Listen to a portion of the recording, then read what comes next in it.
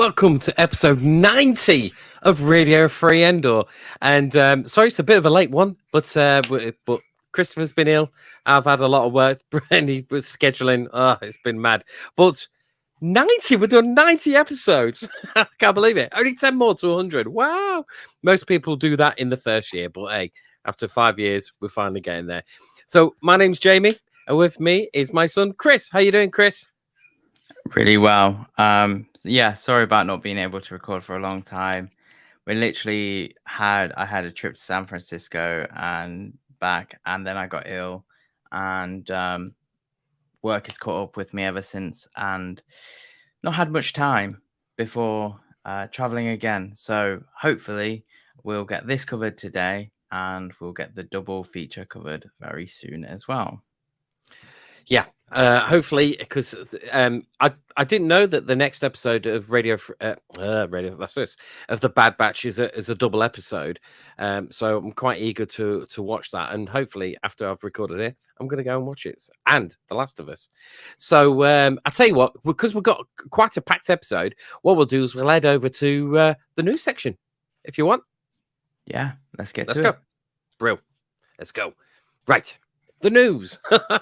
Now, if you're watching on YouTube, well, there's supposed to be like a little jingle there, and I'm working on it actually to do some bits and bobs for music. But if you're listening on the podcast, well, you've just heard the jingle saying it's news time. That's great. Now, Chris, what we got news-wise? Now, as always, I always go to Fanta Tracks because it's a good source of information. And I just want to start off with season 2 of Visions. Now, did you see season 1 of Visions? No, not yet. Didn't you know? Well, it's mostly all Japanese animation from various studios. But they did say that they were going to reach out and they were going to reach out for other animation studios around the world for season 2. Now, would you believe it that you've got Cartoon Saloon, which is an Irish animation thing? I've got a funny feeling, I've not checked, but I'm sure they did like this a couple of really good animation films. Something about werewolf, if I remember rightly. I can't it escapes me. But the thing that got me really excited was Aardman Entertainment are doing a Star Wars Visions. So the people behind Wallace and Gromit are going to be doing a Star Wars episode. How cool is that? I wonder if it's going to be in plasticine. Yeah, I mean, it'd be like, that's no moon, that's cheese, Gromit. Hopefully. We'll have to see, really. I'm a bit young for Wallace and Gromit, I have to admit. It was no, good. You're not. No. It was around, but it's not really like... It's more of a your generation thing. And then I kind of missed that generation in the middle between Shaun the Sheep and... Yeah. But yeah, Aardman, they've done a lot of cool things. And yeah, it's going to be really cool. Their episode is called I'm Your Mother. I'm just reading it now, yeah. And yeah, it'll be really cool to see what it's like and what it's about. Right. Yes. So Cartoon Saloon have made a film called Wolf Walkers. Yeah, that's the one I watched, and My Father's Dragon. And now I watched Wolf Walkers, and I thought that the animation one that was absolutely fantastic. But Wallace and Gromit, I just can't believe it. There's nothing else saying anything about it, is there? Apart from it's called I Am Your Mother.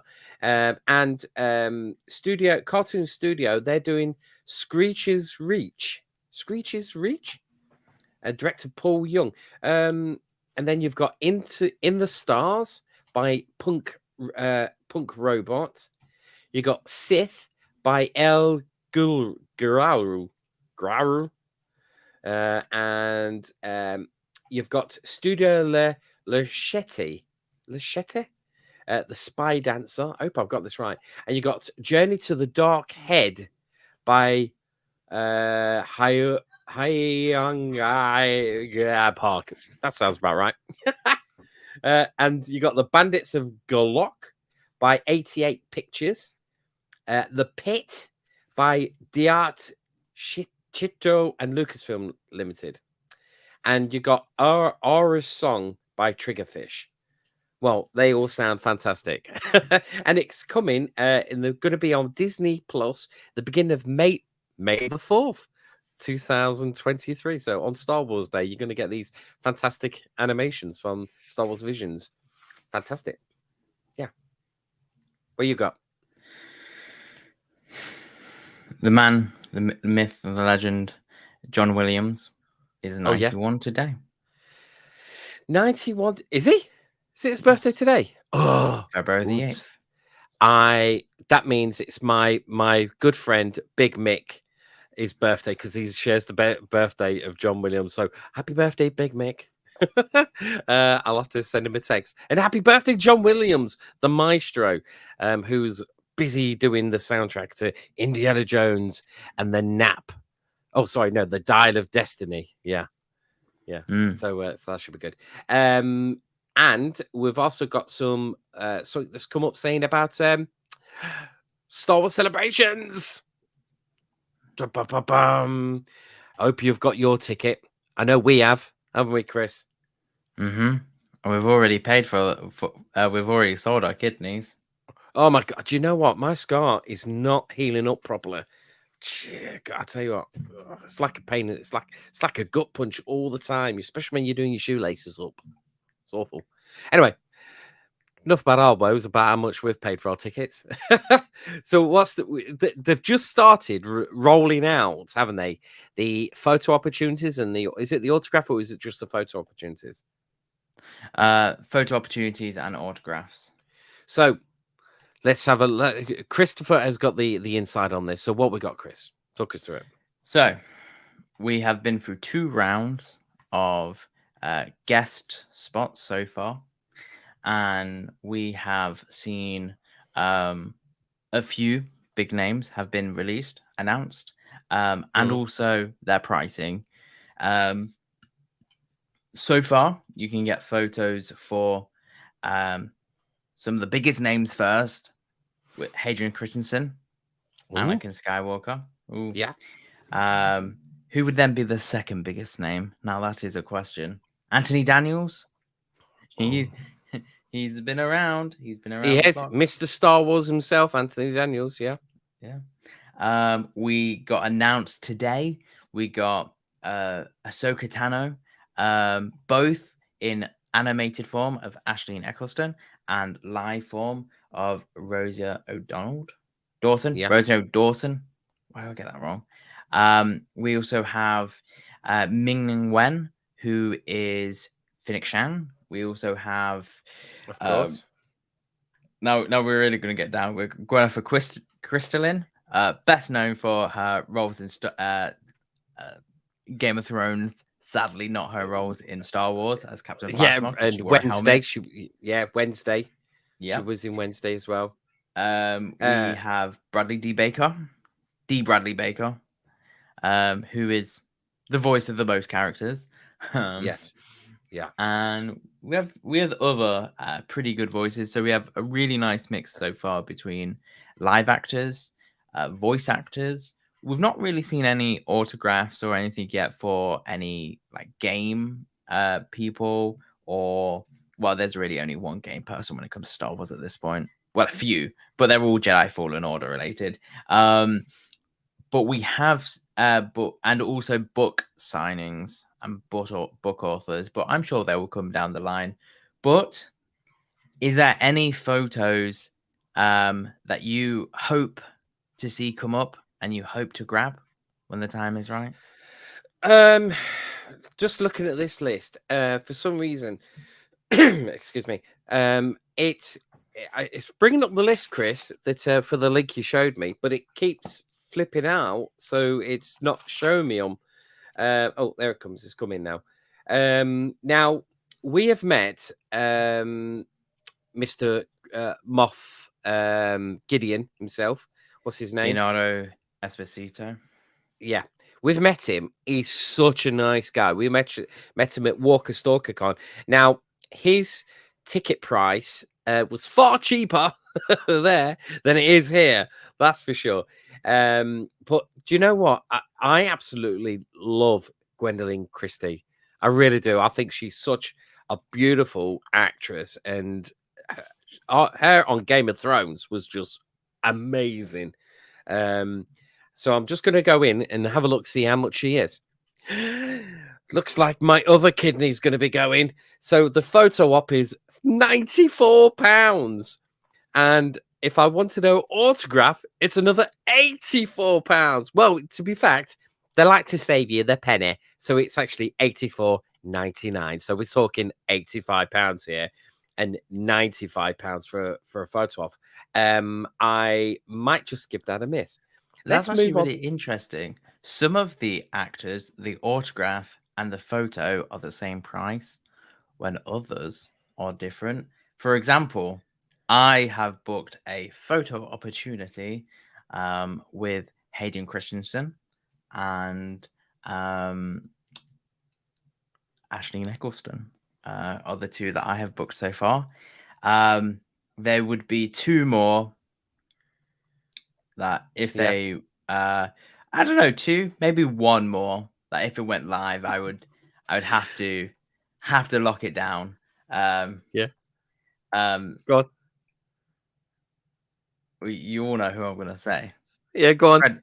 Freddie Prinze Jr. I'd lock it down, lock a photo down with that guy.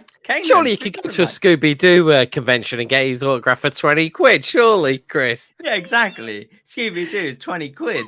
I dare you. I dare you to take like a mystery machine and say, "Can you sign this, please?" Or one of those. What do they call it? A necktie. Sign this, please, mate. Yeah. Well, I'm pleased to announce that there is somebody that's sold out already. Right. Somebody has sold out, Chris. Right. It's Mr. Right, Sean Crawford. Sean Crawford, who's been in many other Star Wars films, but you will probably know him as Yakface. Mr. Yakface, Sean Crawford, is sold out. Do you know why he sold out, Chris? Because he was giving away free autographs. Free!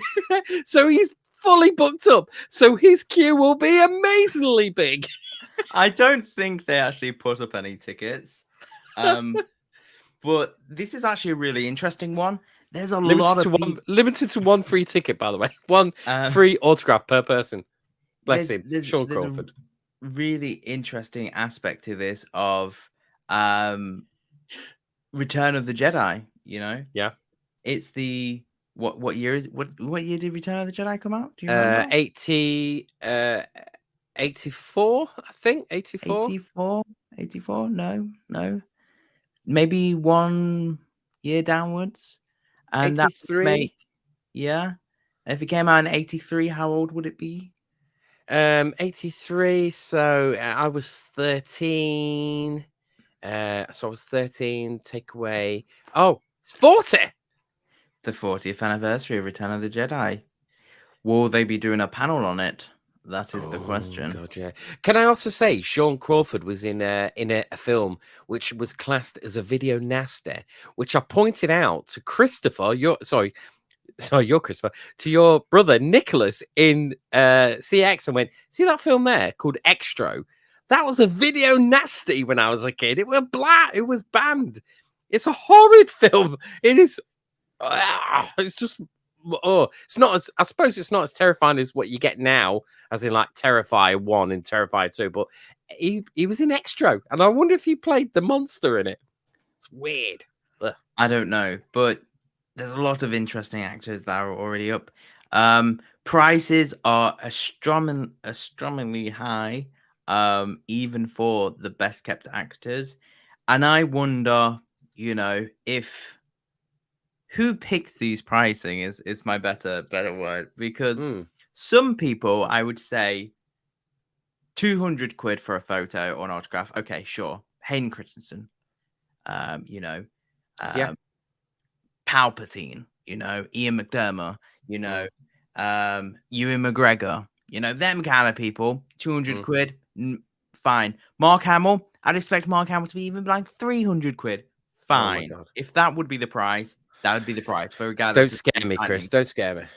But for some of the pricings, I'm a bit like, that's higher than I would expected. For example, Ahsoka Tano, Ashley Eccleston, I'm so excited to meet, but she's more expensive than Rosa O'Donnell Dawson, who plays her in live action. She's £10 more expensive for a photo.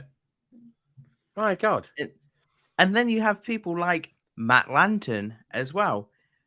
He's just a TV actor of Anakin Skywalker. He's £104. These voice actors, wow, they're really, really showing their worth these days with their pricing. Well, that's Vivian Blair, who played Princess Leia in the Obi-Wan Kenobi series. Her price is £85 for a photo and £75 for a table. So for just £10 more, you could get Gwendolyn Christie out of her, or Gwendolyn Christie. I'll spend the £10 more and get Gwendolyn. Who's she? She was just in Obi-Wan, and well, put it this way: don't try and outrun her for your receipt, because you won't be able to catch her up, will you? Yeah, I mean, right in this, And I'm just also, looking. there It's is one on there Oh, go on. who doesn't attend many conferences that maybe is a steal for his price tag. Mads Mikkelsen. Oh my only God, £114. You know, £115. That sounds. Mads Mikkelsen. You know, would you really want him to sign a photo of, you know, good old what's his name? Jyn Erso? No, it's not Jyn. It's Urso. Yeah. Yeah. Dr. Erso. What's his name? No, it's not Jyn Erso. It's Galen Erso. Galen Urso. Yeah. Yes. Yeah. Or would you rather get him to sign a picture of Mr. Grinwald from the third Fantastic Mr. Beast? Yeah, well, I tell you, funny enough, right? Do you know at the this is how random this is, right? No, when I go fill up, because I'm a lorry driver by trade, I fill up at these petrol stations, and now they've got these smart petrol pumps with a TV monitor playing an advert, and I think it's there to play an advert. So when you're filling up, you look at the advert, and you go, "Well, how much have I put in?" Right, and it's Mads Mikkelsen doing an advert, and I'm thinking, "Oh, he's really good in this." Oh my God, I put £25 in. I can't afford that. Blood, goddamn Mads Mikkelsen. But I don't know. You know, he's in the new Indiana Jones movie, and he looks really good in that. But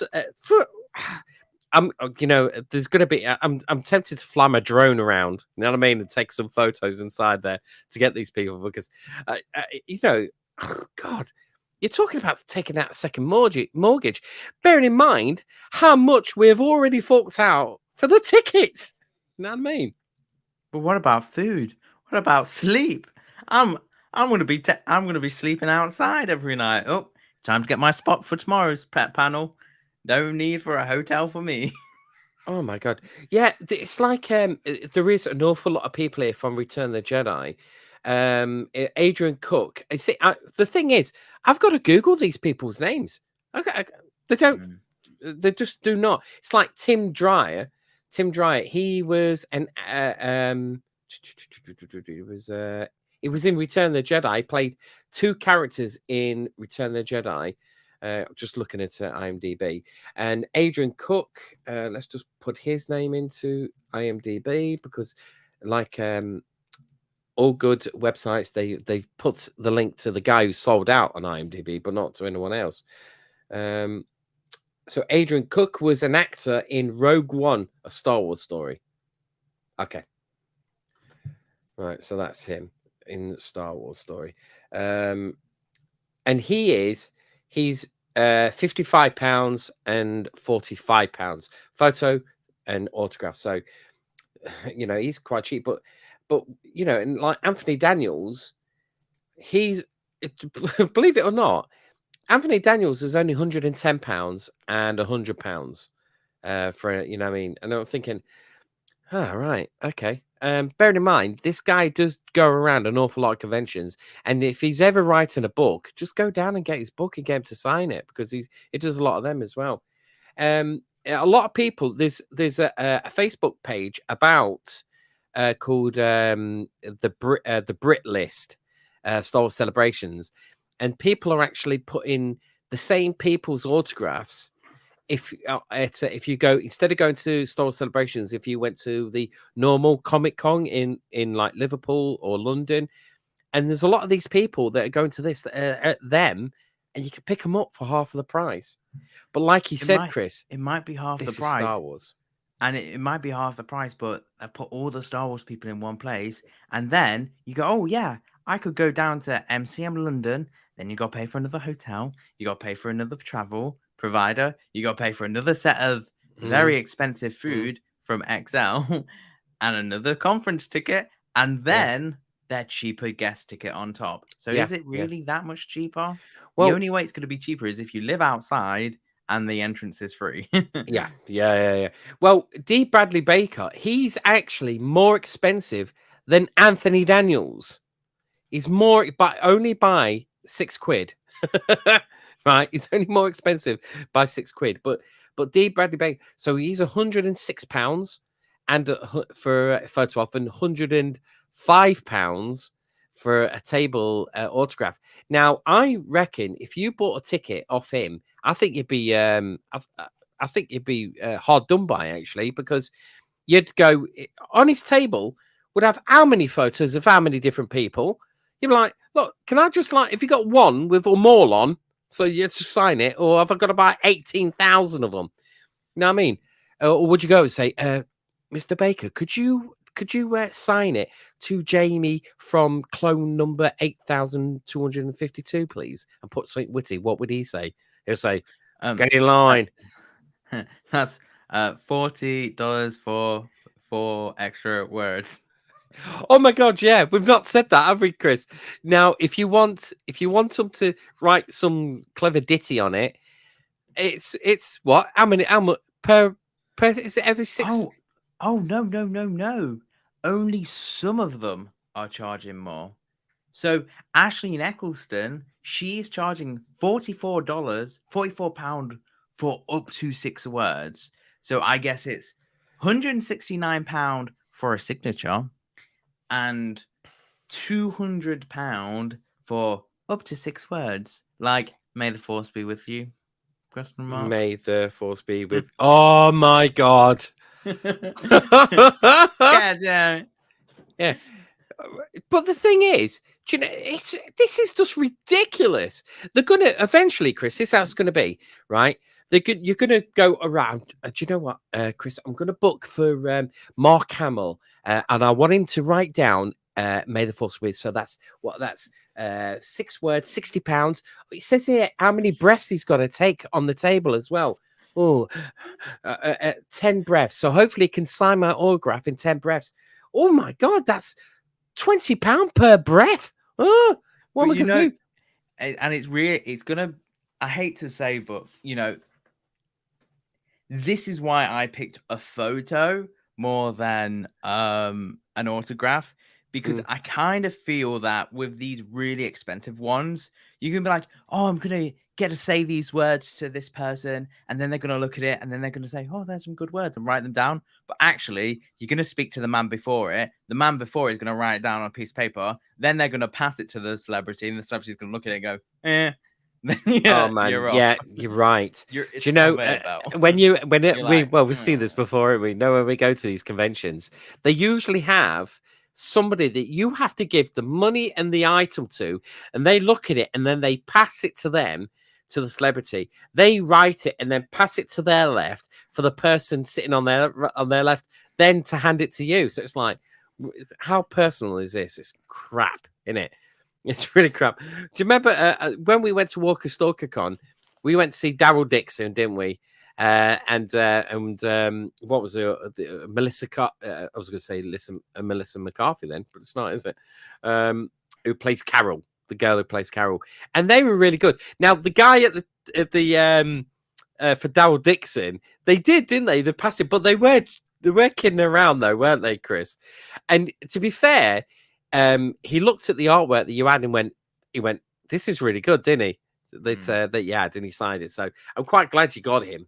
got them two. I think I got hers. Didn't I get hers? I'm not too sure. I don't Not know, too sure. but this is why I'm going for a photo, because I can always just look Right. at the photo. So, so you're going for Mr. Anakin Skywalker himself. Yeah. Yes. And I hope he's not wearing joggy bottoms this time. Just kidding.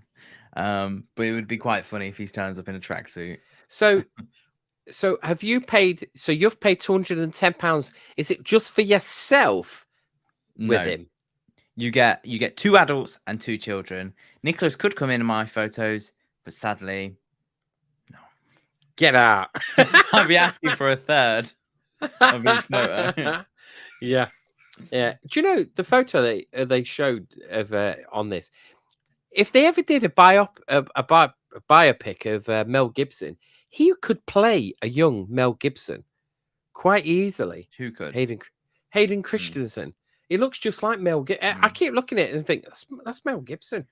To be fair, you know, Dennis Lawson, he's quite cheap. He's only 70 quid for a photo. He is, yeah. Or Wedge, who had literally 6 seconds in the Rise of Skywalker. You know what I mean? Yeah. Exactly. And Mike Quinn, he's actually on Facebook a lot. He really does interact with his fans on Facebook. Old Mike Quinn, he's 70. He's 65 for the photo op and 55 for the table. So yeah, so Mike Quinn, he does a lot of puppetry work, to tell the truth. That brings us on to something actually really cool that I think I'm going to buy tickets for is Canteen 2. Have you heard of that? Canteen 2? No. Canteen 2. Canteen 2 is a nighttime event after Star Wars Celebration on the 9th of April. Is it? And yes, and Mike Quinn is going to be part of the band. Is he? Oh, right. So I'm just going to look for it now. I could have sworn I've seen it. Isn't it got a picture of? It's on Fanta Tracks as well. Yeah, I did see it, but unless they've just changed it, Galaxy Creatures. It's gone off their first page. It was on their first page when I looked. Galaxy Creatures. Cantina website, Cantina tickets. Is that it? No, can't be. I've just sent you the link. Have you? All right. Okay. Yeah.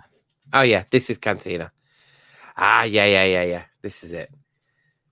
Yeah, Cantina 2. Yeah, I wouldn't mind going to this. Darth Elvis, Blue Harvest, Level Up something. I can't read that. DJ Elliott, the fantastic gig. So I'll accept that. The gig for Star Wars fans, Celebration Sunday. How much are the tickets for this thing, Chris? The tickets are only, this is quite cheap for Star Celebrations, a little small fan event, £42 per person. That's not bad. I think me and Holly will be picking up a ticket. It's on Sunday night, and we have a hotel. Yeah, we're there Sunday night, aren't we? So yeah, I believe so. Yeah, I believe so. So yeah. I think me and Holly might pick up a ticket, drink a lot, go listen to some funny. Because at the end of the day, I think with this thing is you're not expecting any headline acts. You're expecting just to hear some funny Star Wars music that you can have a laugh to. Yeah. So yeah. I think me and Holly are going to look to go down to that. Darth Elvis. I'm looking up now. Darth Elvis. But it's literally at the it's at the O2, and the O2 is only like a 10-minute walk from XL. You will have to take I believe the Skyway over, I believe. Yeah, to the O2 building. Yeah. You will. Yeah. Yeah, he's actually got a website, Darth Elvis, on YouTube. Darth Elvis. Right, okay. Let's see. Shall I put it into the show? Be my guest. Shall I put it? Yeah, right. Okay, let me do this and invest it in. Hold on. Hold on a second. Share screen. So here he is, Darth Elvis. Allow. Here he is, Darth Elvis.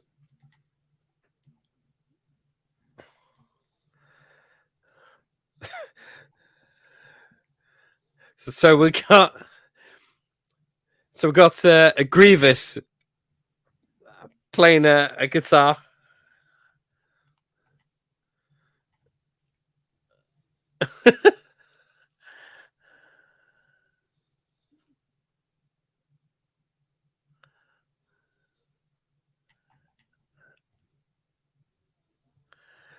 I'm in, Chris. Oh yeah, we can go. We can go. Yeah,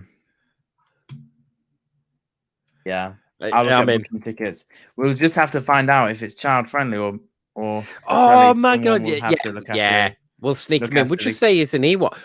We'll put him in an Ewok costume. We'll put him in an Ewok costume. That sounds cool. Yeah. Yeah, I'll have to check if it's an adult only event, but it'll Or he'd be be spending the interesting. evening on the PlayStation in his room. I'll have to ask Jason Christman if he wants to go to it. If he wants to go to it, he'll take his son because he's bringing his son, and then his son and Nicholas can play. Yeah, great. See, got it all worked out. There's a plan here, Chris. There's a plan. We'll stick to the plan. In fact, I'll send the link to Jason Christman. Now, Jason Christman, as you know, he's a Star Wars artist. He was actually due to come on the show today, but he's got a deadline that's come up, so he can't make it. But hopefully, when we record tomorrow, he'll be able to come on, and he's going to talk about his new print. And because he's, well, I can't really say it. He's got to say it really. If it comes out of his own mouth, then it's better. But he's going to be talking about some other Star Wars artists that are doing their prints for Star Wars celebrations. So hopefully when we go over, Chris, we'll be able to do some live recordings to the artists and stuff. And that's the thing. Once we're at Star Wars celebrations, we're definitely going to get some sound bites from the people who are going to be there. Reactions and stuff. That'd be pretty cool, won't it, Chris? 100%. Yeah, it will be very, very cool. Yeah, that is definitely one to see. I can't wait for that. Yeah, definitely book for that. Is there anything else that we've seen? Anything else, Chris? I don't know. Tell me, is there anything else in the news? I did spot somebody sent me a picture saying about Pedro Pascal was in an episode of Buffy. Would you believe it? A very young episode. Was it episode 4? Series 4, episode The Freshman. I can't remember what the episode was. Let's just have a look on my phone. Chris, because I sent it to you as well, Chris, didn't I? Right, it is. Pedro Pascal was an episode of Buffy, season 4, episode 1, The Freshman. And he looks well young. He hasn't got his beard. He's fresh as shaven. He's like a small little child. Very young. He plays a vampire in that. Yeah. So have I got any more news? No, I've covered Star Wars Visions. Oh, there is one other thing. I caught IGN posted the first 9 minutes of Jedi Survivor, which I watched tomorrow. Yeah, let's cover that tomorrow. But before that, they announced that it got delayed. Oh yeah, they did. Yeah, it's been delayed. Is it like a month or something, Chris? Till April the 28th. 2023. That's all right. It makes me able to save up. I'll What do be you dead mean? interested. That's the same month as Star Wars Celebration. You gotta spend all your money in person. Yeah, but they might be selling this game at Star Wars Celebrations with the lightsaber, Chris. Yeah, Probably with not. the light. Probably Might not be. though, because It'd be the first 20 people into the building be able to pick it up. Yeah, then well, we'll just be we'll be just left with the Funko Pops at the end. Yes, I'm pretty sure with all of this, there is going to be a lot of merchandise, a lot of cool things, and a lot of things that you really need to think, is there a place in my house for this before I buy it? I can find somewhere. I've got a shelf there. Can you see the shelf? That's a shelf. That's going somewhere across there, up there, when I get a chance. Just too busy. Another shelf. Another shelf. Oh, what am I going to do with my Star Wars? Oh yeah, Star Wars Arcade. Would you believe it? That's the other bit of news. After all my whinging and fighting, Arcade 1UP are releasing the Star Wars arcade machine in the UK. They're releasing 15,000 units or something to Game and to another website. I can't think what the other website is. And would you believe it? Can't afford it. Damn. Can't afford it. 100%. I begged, borrowed, but my money's all tied up. So that's a downer. So it looks like I'll be on the second-hand market again. You could sell some of your Star Wars gear for it. Unfortunately, that's all we've got tonight. So we'll sign off right there. We'll see you later, Chris.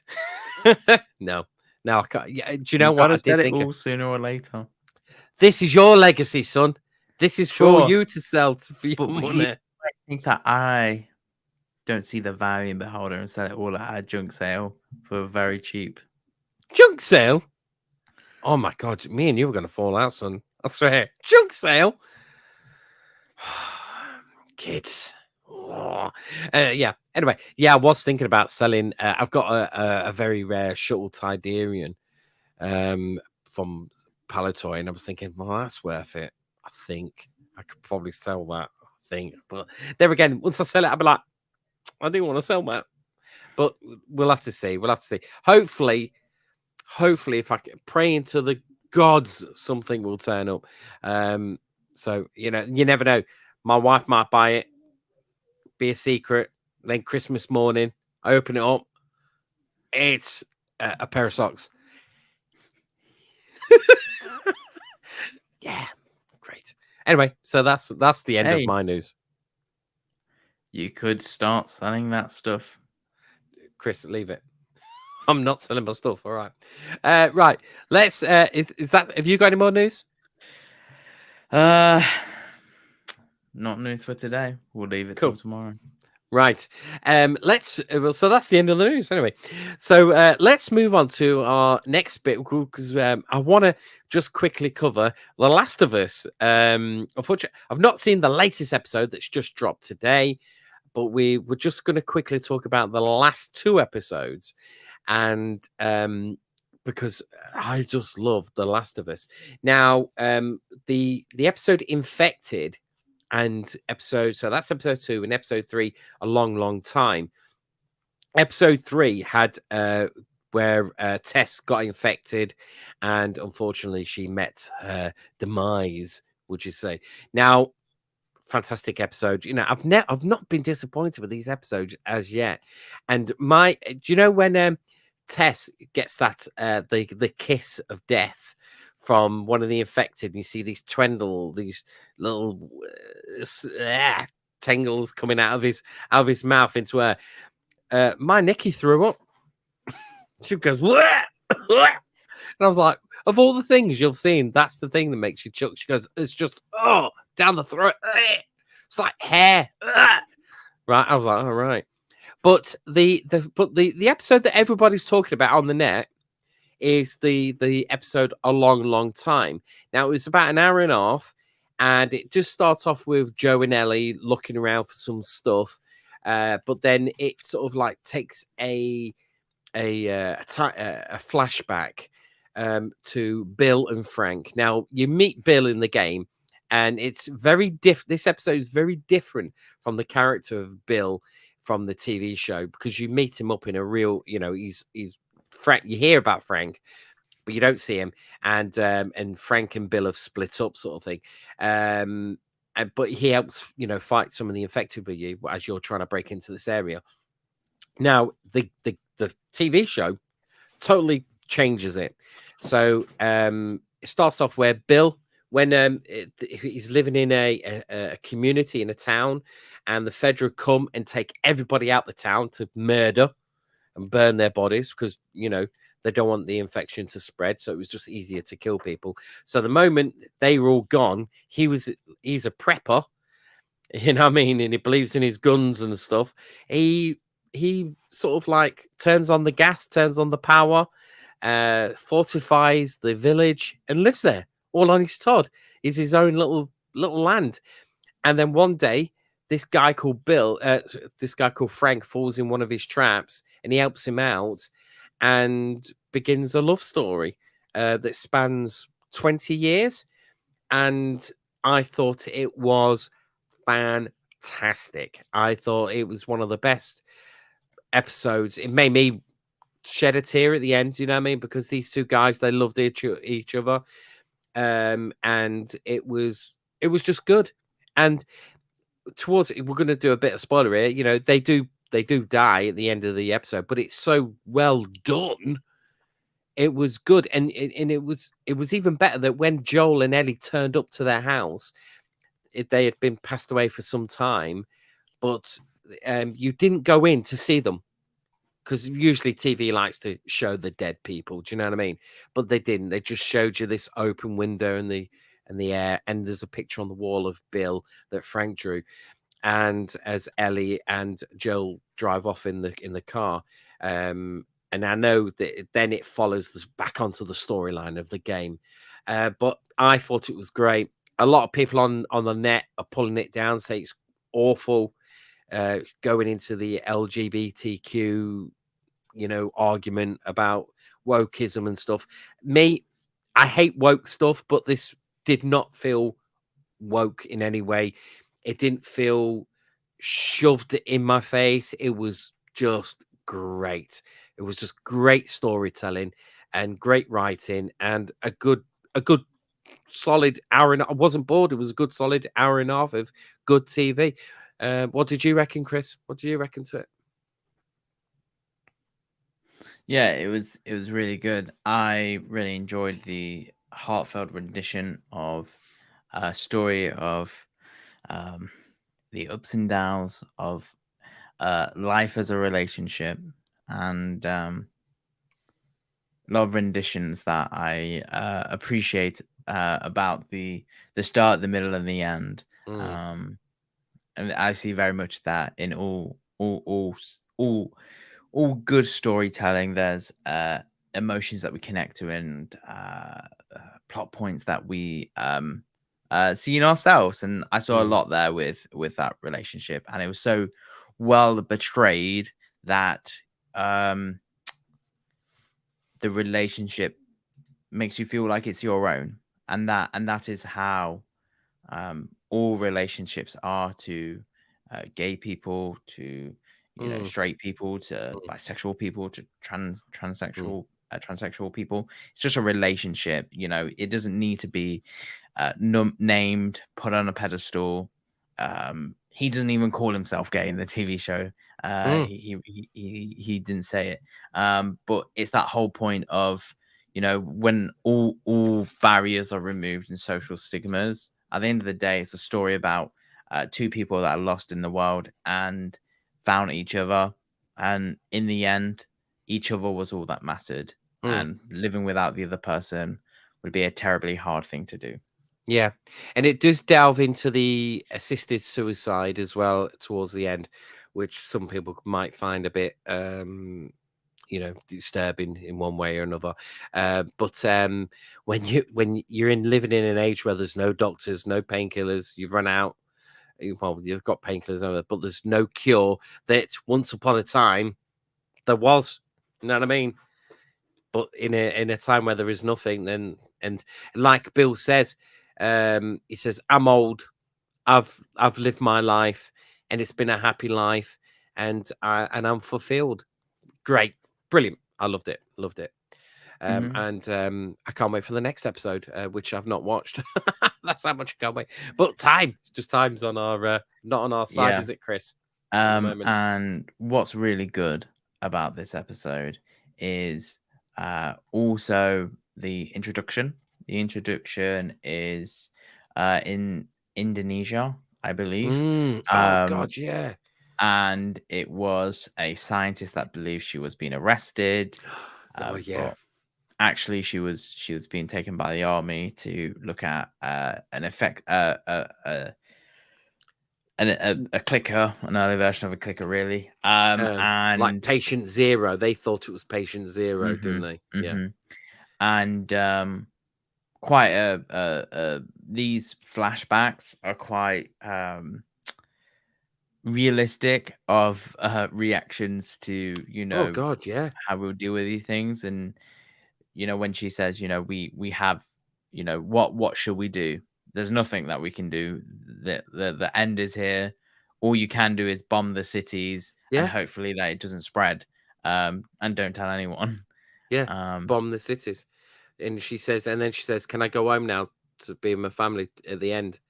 And it's quite good actually, because on that because that's in episode 2, because then you see it reverts back to where Ellie says to Tess, bomb crater, what's this from?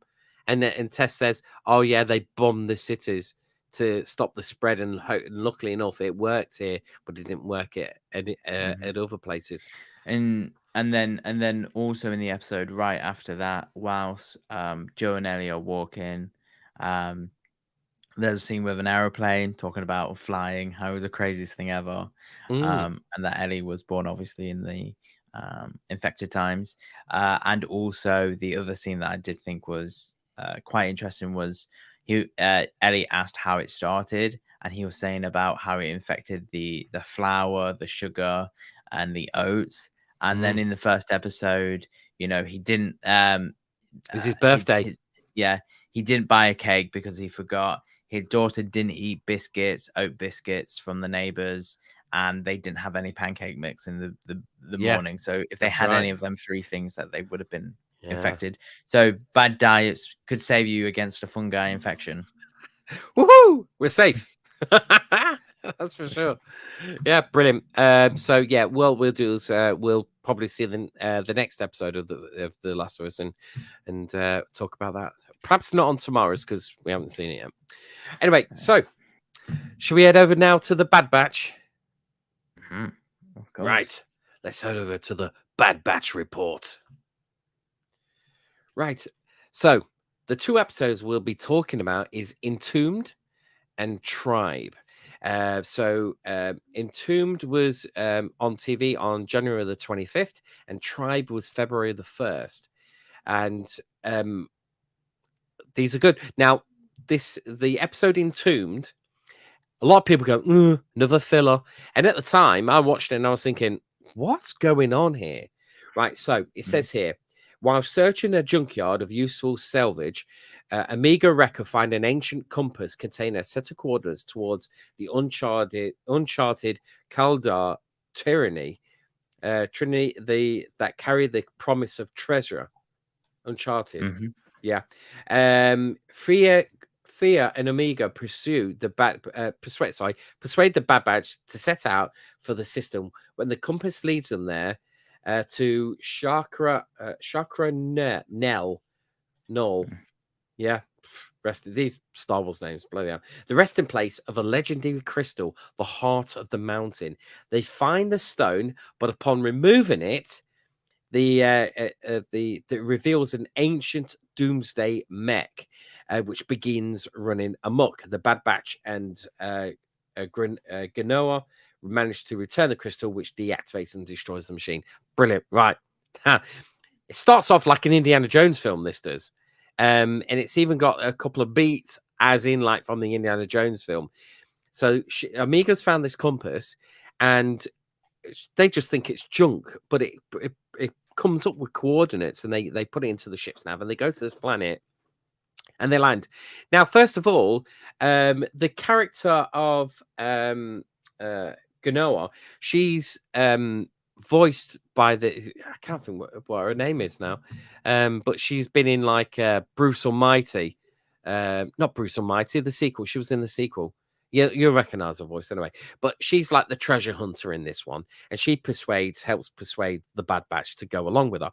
Now, she's got this little droid, and you see the droid walking around. It's a yellow and blue droid, and I said to you, Chris, does that droid look like a minion? It's my Nikki, who doesn't really watch. She turned around, she goes, "Is that a minion on TV? A weird mechie?" And I went, "Yeah, it's a droid." So yeah, for anyone looking out there, that's a minion droid, soon to become an action figure, no doubt. Right now, they do all these. They go into this mountain, and they looking for this ancient treasure, and it's first of all they feel like they're getting trapped because they've got to move these discs around this room to reveal an entrance, and they go through that. And of course, there's going to be some creatures hanging around in there, which come back to sort of haunt the team, and also using the compass. If when Amiga looks through it, it highlights the path, doesn't it, where they're going? Mm-hmm. And there's even the same trope that's on Indiana Jones of this stepping stones across the floor. And of course, people who know Indiana Jones and the Last Crusade, he had to spell out the true name of Jehovah. And if you put your foot on the wrong stone, you'd fall through to a cavern below. Same thing on this. She looked through and she could see the steps to take, which they took. Then there was this other one with this big, massive revolving room with another path. Proper Indiana Jones. It was a really Indiana Jones. Now, when they get to the heart of the mountain, Chris, I noticed. I looked at it when the crystal looks like one of the stone statues, one of these stone pillars from the Fifth Element. If you know the Fifth Element film, you got these stones, 5 stones, with these. One's got like waves, one's got wind, one's got like an image for fire, but this one had the waves on it, and I went, "That's one of the Fifth Element stones," but you could see through it. And she plugs it in. Well, she unplugs it, and of course, this big giant 4-legged mech breaks free of the mountain. And straight away I said to Nick, that looks like one of the long necks from Horizon Zero Dawn, the way it just breaks out. And it shoots this beam across the floor, totally destroying the planet. But when you rewatch the episode, if you look at the floor of this planet, it looks like this mech has already been round it once and destroyed a lot of stuff, and then of course got resealed up or was deactivated. Now, there was just something about that mech that made me think, it looks familiar to me, but I just could not figure where, Chris. But I later found somebody on YouTube that says that this episode is not filler. It's actually quite important to the lore of Star Wars, and specifically the game Jedi Fallen Order. Now, if you remember, Chris, there was an ancient race that you fall up, you gather information on, called the Zephyr. And there's a robot that you fight in the caves that have the same kind of blast laser coming out their chest when you activate them, when you get near them. But their heads look just like the head on this mech. It looks just the same. So a lot of people are saying Zephyr. As a Zephyr. Mm-hmm. Yeah. The Zephyrs. Zephyrs. That was what Cordova was studying, the Zephyrs, if I remember. In what? In that Jedi episode? In Jedi Fallen Order? Yeah. Of course. Yeah. The Zephyrs, yeah. Yeah, there was those Zephos. creatures. And towards the game, you actually saw what they looked like, didn't you? But they were very slender, with long necks, but they had that extended bit at the back of their heads. And this Mhm. vehicle looked just like it. So a lot of people on the net are saying this is an actual ancient mech from a Zephyr. From a Zephyr. So yeah, it's connected. It's all connected, mate. All connected. What did you think of Yeah, that episode? filler, obviously. It was filler. It was one of them episodes that, you forget that it's a kids show, and that, sometimes there just has to be these episodes that really don't go far. They're just, you know, there to be whimsical, show the whimsical side of Star Wars. And Mm, it was great at being whimsical, and really great showing, of just, yeah. having a story. And for just having a story, just like, the discount pod racing, is okay, But we all know why we watch the Bad Batch. It's not Mm, to go on bounty hunt, to hunt for treasure. It's to see what happens to the clones. Where do the clones go? That is the true mm, question that we want answering. So when we have episodes like this, yeah, they're okay, they're fun, but in my eyes, they're not the meat of the TV show. They're mm. not the juicy Yeah, I bits. suppose you're right. Yeah, yeah, it was filler for me as well, to tell the truth. But now once I watched this video about it, I was like, oh yeah, it's not bad. But yeah, you're right. It's an episode that could have been ejected, and then one with a proper meat of the story arc where they're going, because it's where they're going is what I want. I know I like it. I like it when they come back and tell you they've been on an adventure. You know what I mean? And then they go on something about what's happening with their race of clones. In fact, the new episode that's just dropped answers the questions that Chris has just talked about. But we can't cover it until we watched it. Madness, madness. I watched But, the first one just before oh, did this. you? Yeah. Right. So that was Entombed. So yeah, the filler Entombed. Now, let's get onto the tribe. It's called Tribe. Now, this one's pretty good because the Bad Batch go over to the Vanguard space station. It's very much like the space station from Mandalorian, where he lands the ship. In fact, it's the opening shot is very reminiscent to the shot in Return of the Jedi, where you see the ship flying towards the space station and actually comes in and lands. Same as in the episode of the Mandalorian as well. And it looks like a station full of mechs, robots, and they're looking, and of course the Bad Batch are selling codes, aren't they? The chain codes, falsified chain codes that are legit. They, because Tech's done them, and he says, "Oh, you'll find that they are 100%." Yeah. Meanwhile, old Omega, she's a bit curious, and she hears something happening downstairs, doesn't she? So she goes looking, and she finds it looks like a baby Wookiee. You know what I mean? A very, very young looking Wookiee, but we all know that Wookiees live hundreds and hundreds of years. And it's being tortured. It's being tortured. And basically, she, helps the Wookiee escape. But the Wookiee, you find out very quickly, it's got Jedi powers. Because we've seen this Wookiee before.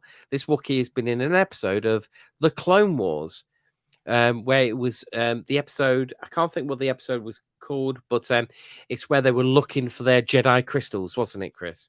It was the episode where David Tennant, the robot, and Ahsoka Tano was sent to the planet Ilum to look for their kyber crystals with Jedi Master Yoda. Yeah, And we saw them find Gungi. their crystals. Gungi was part of Gungi, the yeah. the young ones. And when they were going back to Coruscant, pirates raided the ship, and they had to work together. Yeah, it was a good episode. I liked it. So they managed to. Did you notice in it that Gungi was a bit scared of the clones when they were coming in? It was like, clones, what the bloody hell? But he goes with them, and they take him back to Kashyyyk. Kashyyyk, innit? So he can meet up with his family. But unfortunately, the Empire is now sort of invaded Kashyyyk, and we all know that the Transdoshans skinned the Wookiees. Now, most of the Wookiees were put into slavery camps because they were good workers, and they reckon that they helped build the Death Star as well. But I think we've sort of figured out that it was built by droids by them. No, you're getting confused. So the Transdoshans, yes, are the lizard people, right? But you're thinking of the Geonosians. The Geonosians were the flying desert planet in episode 2, Attack of the Clones. Transdoshans are different. Transdoshans are the lizards that hunt the Wookiees. Transdoshans didn't build the Death Star. The Geonosians did. What I'm saying is before that episode came out, I think in some in the books it was made out that Wookiees helped build the Death Star because of in the legacy areas, but they changed it. But they are used for slave labor, and if you watch Solo, a Star Wars movie, they help a load of them escape from the Kessel mines, and of course that's where he met Chewie, because they're very strong, and they live an awful long time. So if you got them enslaved, you're guaranteed slavery for that 300 years. Very, very awful. It's very awful, but that's what happens. So basically, and remember, in an episode of the Book of Boba Fett, a Trandoshan offered the pelt to Boba of a Wookiee that they skinned, and in fact, one of the Trandoshans in this episode is actually wearing some of the skin of a Wookiee on his shoulder. What language do Wookiees speak? Oh, they speak. And what's I don't know. It's Wookiee, isn't it? Shiruk. No, it's Wookiee. No, it's Shiruk. The language is called Shiruk. Since when? It's always been called that because Tex says in the episode, "Oh, my Shiruk is a little bit rusty." I can't remember. I must have missed that because it's always been. Oh, do you speak Wookiee? That's that's like saying, "Oh, do you speak French?" Yeah. So what's the proper term for French? Well, it's French. Not French. But shoot, the language is called Shiruk, also known as Wookiee speak. In basic English, Shiruk translates to tongue of the tree people. All right. So if you go to Pandora, just speak Wookiee to them. They'll know exactly what you're talking about. They're tree people, aren't they? And so how to say Shiruk is no tongue or lip movement required to say Shiruk. So they speak Shiruk. Really? Shiruk. No. Say it again. No tongue or lip movement required to say. Go on, you say it without moving your tongue or your lips. Shiruk. Shiruk. You see, that's bloody story writers go, ooh, should we make something up for it? And somebody sitting there goes, but don't we just say Wookiee speak? Oh no, it's got to have a name. Anyway, so basically, the Bad Batch, they land and they find out there's no end of these Transdoshans burning the place up, aren't they? They're just setting fires everywhere, and of course, some fighting breaks out, and the Bad Batch help put the fire out. And then they go and they find like an elder who they can listen to the trees as well. They put their hands on the trees and use the Force and that. And of course, there's a couple of clones as well. And of course, the Bad Batch win the day. They sort of kill the Transdoshans and free the Wookiees. But I was thinking, for how long? For how long? But the place. Oh, but did you see those spider creatures? They've got these weird looking spider creatures, and they do say that if you don't hurt them, they won't hurt you. So they walk through. But now I was thinking, well, they're not the spiders in Star Wars Jedi Fallen Order, because those ones in that game were really creepy. They're proper big spiders. These was like weird looking things. Because the moment I saw the spider webs, I was thinking, oh, we're gonna get those big white spiders. No, we didn't. Didn't get them. Yeah. And considering we spent a lot of time in the game on Kashyyyk, and I was thinking, are you not going to see those giant snails either? Because they were quite funny. Those giant snails with the ram's heads. No, Kashyyyk, don't see them. What a planet! What a planet! And this is something I'll never forget. There's two scenes of Star Wars that I can never forget, and this is really funny because one of them happens on Kashyyyk. Oh yeah. Right? This I don't know why, but if I said to you, what Jedi in Order 66 slaughters their clones straight away, who is it? Slaughtered their clones? Yeah. In Order 60? Yeah. So it's Yoda on Kashyyyk. Yeah, he just chops their head off straight away. Could that be that place? You know, where you actually see a place, don't you, on the floor? I wonder if wouldn't that have been brilliant if the clones walked up and they just saw these helmets and heads on the floor? Whoa, that would have been ace, that. Yeah, because Yoda is on Kashyyyk, if I remember, during Order 66. Yeah, he is, yeah. Yeah, he is. That's where he gets it, because he senses it, and then as the clones approach, he goes, wham, head gone. He does more beheadings in Star Wars than they did on Game of Thrones. Yeah, Yoda is pretty. Considering how short he is, you think, take your legs or your arms, I will. No, your heads will do. I'm pretty sure he killed. He killed. Yeah, I'm pretty sure he killed the right at the end of the Battle of Kashyyyk. Yeah, he did. He just killed him. You know what I mean? They did. Yeah, he does. I was right. I don't know why. I totally couldn't remember if I was 100% right. Yeah, but I was. Here's the clip. Yeah, he chops their heads off on Kashyyyk. See, yeah.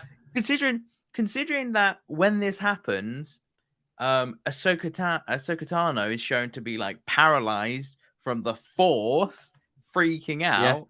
Yeah. Yoda's out there splitting heads straight away. Is that it? No. Let me just oh.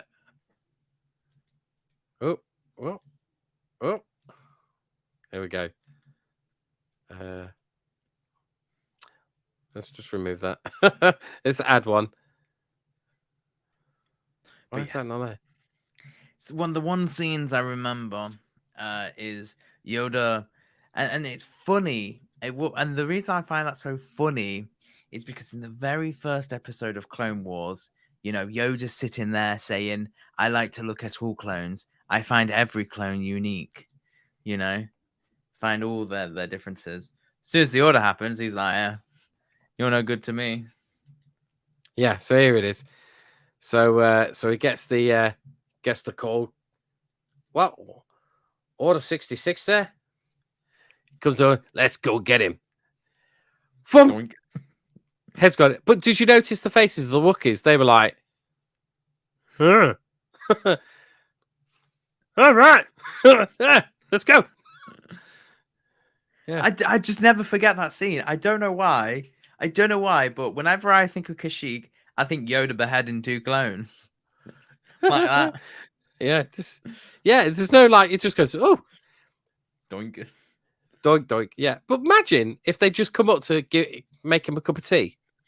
Go and ask him if he wants a cup of tea. I will go and ask him. Would you like head gone? I hate tea. Can't trust Yoda. That's all I'm saying. Yeah, old little head cutting little dude. Yeah, that's for sure. Yeah, yeah. So there you go. That's the one Star Wars fact that I'll never forget was which Jedi beheaded troopers first? It was Yoda. Yeah, Yoda didn't wait at all. He didn't even ask a question, did he? He just did it. You know what I mean? Oh, I'm sure that, if you was role playing Star Wars, I'm sure that's a dark side point. Oh yeah, dark side point. Yeah. So, Chris, any final thoughts with those with the 2 episodes of the Bad Batch? I do love seeing Kashyyyk. Hmm. It's a beautiful planet. It is. It was well Terra, animated. It looked really beautiful on the Bad 100%. Batch. Yeah. And Kashyyyk is a good analogy to our own worlds of why we should care for our forests and the damn empire cutting them down, and we should look after them For the uh, resources. for the resources. Because just like James Cameron and George Lucas, all their stuff secretly has activism in, And for a Yeah, kids' yeah, yeah. TV show, they do like talking about slave labor. Yeah, they do, don't they? They really does. An awful lot of slave labor in Star Wars. It's unbelievable. It's unbelievable. But that's George Lucas on that's his main thing in it, because he wrote Indiana Jones, Temple of Doom. What did they have? Slave kids. At least It's the Indiana Jones atrocity. freedom. It's the atrocity that everyone can agree with straight away. They've got Slavery. slave kids. Bloody slave kids. Yeah. Yeah. And then of course you go to the cinema and everyone's working on a very small wage. So you're thinking, you're slave labor, mate. Literally. Yeah. But yeah, great episodes. Next week she'll look really, really cool. We'll obviously cover it very soon because I'm away traveling next week as well. Hmm. So yeah. We'll So get back. what we're gonna do is we're gonna in the morning or tomorrow we're gonna record the episode. It's not gonna go out live. We're gonna record it and then I'm gonna put it out next week. So it gives it a bit of time. But yeah, it does look like a really good episode. Now it is a 2-parter, which I didn't realize, and I think they've done it as a 2-parter because part 1 does not have the Bad Batch in, but part 2 does. So they've put it as one big 2-parter, so it more feels like is it like one big episode? I've not seen. I've not put the runtime on Disney Plus, so I can't really tell if it's It's down as one 20. big I episode. think it's 28 and 38. No, it's down as 2 separate episodes. The first episode, the Bad Batch are not in it, and it's showing some really cool stuff. Mm-hmm. And then the second episode involves the Bad Batch and the consequences of the first one. It's super cool, and we're gonna have a really good conversation about that one. Yes, we are, because there's some. I've already seen a couple of sneak peeks of it, I have to say, and it's a doozy. It's a doozy of an episode, but yeah, we will definitely cover it. So, Chris, that puts us just to the end of the show, mate. Totally does. It does. So, you want to show your love for this show and look extra cool, then why don't you head over to TeePublic and get your official Radio Free Endor t-shirt, hoodies, masks, stickers, mugs, key rings, mouse mats. They're all available at TeePublic right now. And iTunes is still the best way to download this show. So if you've got a bit of free time, search for us, Radio Free Endor on iTunes, and you'll find us. We're on Spotify, would you believe it? I never knew it, but we are. And also we're on Facebook, Twitter, and on Instagram, and we are at Radio Free Endor. You can find me at Jamie_R_Burns, and you can find Chris. Burns Chris on Twitter. Yeah, and he's also got his own podcast. So if you're into programming tech, Chris is the guy. Chris, what's your podcast called? fsjam.org. Jam and Toast. I still say it should be called Jam and Toast. It would have been so much better. So, like we say, I'm looking forward to tomorrow to cover the next episode of the Bad Batch, and hopefully I get to see if we finish early enough, I could go down. We can probably watch the episode of The Last of Us as well. But like I say, hopefully I'm going to get Jason Christman on the show so we could talk about his prints and what he's got in store. Because he is coming to London. Let's put it that way. He is coming down to London. So, and I was lucky enough to meet him the last time he came down for Star Wars Celebrations, and he's bringing his son in, so it should be a good time. Hopefully, I can get in a little bit for some sneak peeks a day early. Oh yeah, yes, yeah. Look at you. So that would be good. Yeah, that would be good. And he's also dropped me some emails of some other Star Wars artists, like I say. So I'm going to be emailing them and hopefully get them on the show. And if I can quickly record like an hour or half hour, I will put them on Facebook and on YouTube, as probably not as individual episodes, because I often think just over an hour is just a good enough for a good listen and a good video to watch. Anything longer gets a bit click off sort of thing. So it'd be nice to get them for like a quick half hour to talk about their prints and what's in store for Star Wars Celebrations. Because we're all, to be fair, me and Chris, we have moaned about the prices of Celebrations, but by God, we're going to enjoy ourselves when we get there. Hey, I've got 2 photo opportunities, and I'm sure by the end of it I will have bought more, because I bet you the closer it gets and them photo opportunities don't sell, they'll be on the day going, hey, you want 20% off? Just don't tell the people who already paid. 20% off.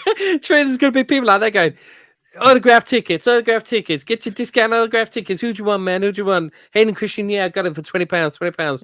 You know, it's going quick. Do you want it? What? Oh no, like, yeah, no, I no. love it. I bet they'll literally. I bet they will do. Oh, the queue's gone. Okay, put up a sign that says 30% discount, cash only, under the table. I'm there. Cash Mark only under Hamill the for table. £50. I'm there. That's never going to happen, is it? No. That's never going to happen. No. Well, we'll see when we get there. Who knows? But I'm happy that you have got Hayden, because you really wanted Hayden, and Holly's got Ashley Nicholson. yeah. And yes, Ashley Eccleston is expensive. I do think who prices these? But she has a lot of fans. She probably has yeah. almost as many fans these days as Hayden Christensen, surprisingly. Yeah. A lot of love for Ashley Eccleston. Yeah, and she'll also be bringing to Celebrations, of course, a full range of t-shirts and stuff like that, you know, fashion, which I did believe, and I've got 2 bits of hers in my cupboard. I've got one, I bought it for myself, and I bought a t-shirt for Nikki. And it's only when we got home that I looked at this this hoodie, and it's a woman's. It's a woman's hoodie, and it's Is it from Her Universe? It is from Her Universe, but it's don't got worry, a woman's side. they have a male brand called His Universe. Yeah, but it's got a woman's size in the back, and I could have sworn that was the male one that I picked up, but it fitted me great. And it's a Kylo Ren one. It was a Kylo Ren one that I bought, but Nikki wears it more than me, which is quite good because it's for a woman. Yeah, that's sure. We all make mistakes, mate. But yeah, I've been definitely looking around and see what we got, because she does actually make really good fashion, and I bet you 100% that Holly will go and buy some kind of Ahsoka top or t-shirt to go, you know, because she likes Ahsoka, doesn't she? She likes a lot of things. Yeah. And yeah, Her Universe is they have some really cool pieces of clothing. And I keep, obviously, with me taking so many trips to the States, I keep saying to Holly, okay, just order it to my hotel. When I'm there, I'll stick it in my suitcase, and I won't tell customs I have all this extra stuff, and we won't know, and I won't have to pay expensive shipping. It'll just be there. But Chris, did you not know one of our number 1 fans that watches on YouTube is the Customs? There's a guy. His name's Dave, and he works for Customs. He's got your number now, mate. I'm going to check his bag out. Well, don't worry. Well, you know, Christopher Burns going to check his bag. Funny you say that, because when I came back to the UK from Florida, I walked through Nothing to Declare, just like, yeah, all fine. And then I thought about it. It was like, technically, I've bought the lightsabers on my back that I'm walking through with makes me go over the Nothing to Declare, but they don't need to know. Yeah. I'm surprised you didn't have to put like a yellow tip on them, you know, because these people nowadays they think fantasy guns are real guns. It's like my proton pack. It comes with a yellow, an orange tip to go on the end of the proton beam thing, so they can't so they can distinguish between a toy one and a real one. Believe it or not, who would have thought that a proton beam is a real thing? Oh my god, it's gonna blast us! Oh shit! Oh, yeah. Anyway, let's pack up the shop and go to bed. I don't know if I dropped it, but if you want to get in contact with us, anything that we've said on the show, if you want to join the conversation, then please feel free to email me, Jamie, at radiofreeendor@gmail.com. And it's been an absolute pleasure. As always, Chris, nice to chat up with you. And we've been chatting every day, actually. But it's always nice to get you on the camera and see you and speak to you and talk about Star Wars. 100%. And we'll see you soon. And for the record, your camera didn't cut out this time. You got a fan on it? No, because I'm not using my camera for once. Oh, bless him. He's using the regular one, which is just as good. Yes. I'll see you all soon. Okay. And take care. Bye-bye. See you later. Bye-bye.